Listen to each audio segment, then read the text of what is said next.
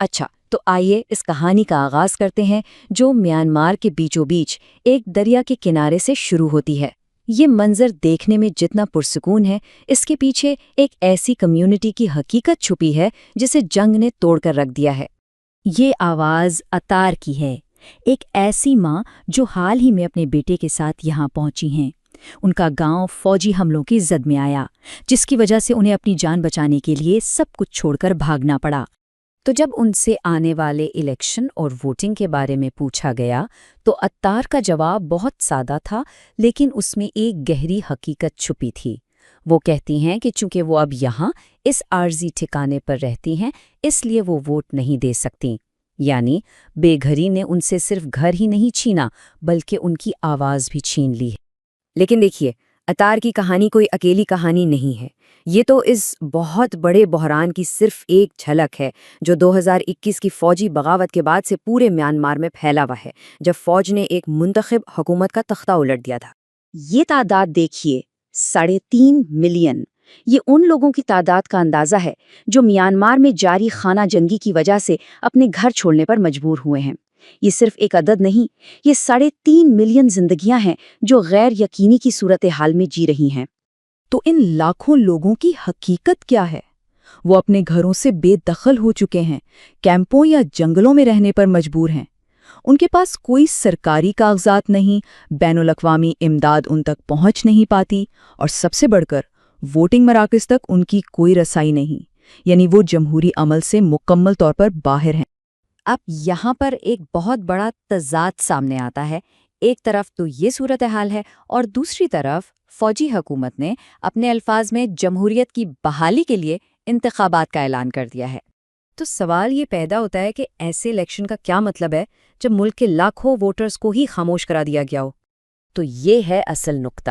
دو بالکل مختلف تصویریں ہیں۔ ایک طرف حکومت کا دعویٰ ہے کہ وہ قومی انتخابات کے ذریعے جمہوریت بحال کر رہی ہے، اور دوسری طرف زمینی حقیقت یہ ہے کہ لاکھوں بے گھر شہریوں کو منظم طریقے سے اس عمل سے باہر رکھا جا رہا ہے۔ اور ظاہر ہے انسانی حقوق کی تنظیموں اور ماہرین نے اس پر سخت وارننگ دی ہے۔ ان کا کہنا ہے کہ یہ ووٹ امن لانے کے لیے نہیں بلکہ فوجی کنٹرول کو مزید مضبوط کرنے کا ایک طریقہ ہے۔ ناقدین اسے غیر منصفانہ اور غیر قانونی کہتے ہیں، کیونکہ اتنی بڑی آبادی کی شرکت کے بغیر نتیجہ عوام کی حقیقی مرضی کی عکاسی کر ہی نہیں سکتا۔ چلیں اب واپس چلتے ہیں اسی دریا کے کنارے والے کیمپ میں۔ وہاں کہانی میں ایک بہت ہی دلچسپ موڑ آتا ہے جب ایک خاص مہمان وہاں پہنچتا ہے۔ یہ بغاوت سے پہلے کی ایک بہت مشہور فلمی ستارہ ہیں۔ ان کا نام ہے ماں۔ بغاوت سے پہلے ان کی زندگی شہرت اور دولت سے بھری ہوئی تھی، لیکن بغاوت کے بعد جہاں کئی مشہور شخصیات نے فوجی حکومت کے ساتھ سمجھوتا کر لیا، ماں نے ایک بالکل مختلف راستہ چنا۔ انہوں نے بے گھر ہونے کو ترجیح دی تاکہ وہ اپنے اثر و رسوخ کو ضرورت مندوں کی مدد کے لیے استعمال کر سکیں۔ تو ماں آپ کیا کرتی ہیں؟ وہ چھپ کر ملک بھر میں سفر کرتی ہیں اور ان لوگوں کو سہارا دیتی ہیں جن کے پاس کوئی اور چارہ نہیں بچا۔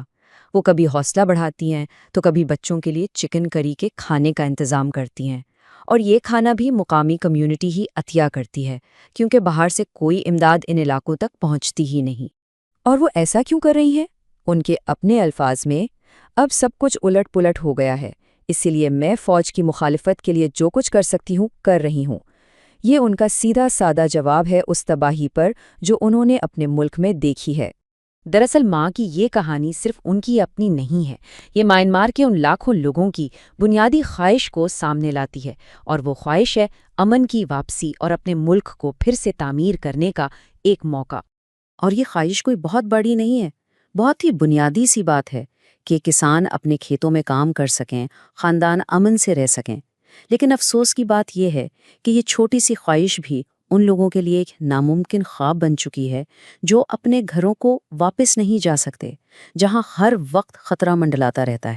ماں کے یہ الفاظ بہت کچھ کہہ جاتے ہیں۔ وہ کہتی ہیں، میں چاہتی تھی کہ ہمارا ملک ہمارے پڑوسی تھائی لینڈ جیسا بنے، لیکن اب یہ ایک بہت دور کا خواب لگتا ہے۔ ان الفاظ میں امید اور آج کی تلخ حقیقت کے درمیان کا بہت بڑا فاصلہ صاف نظر آتا ہے۔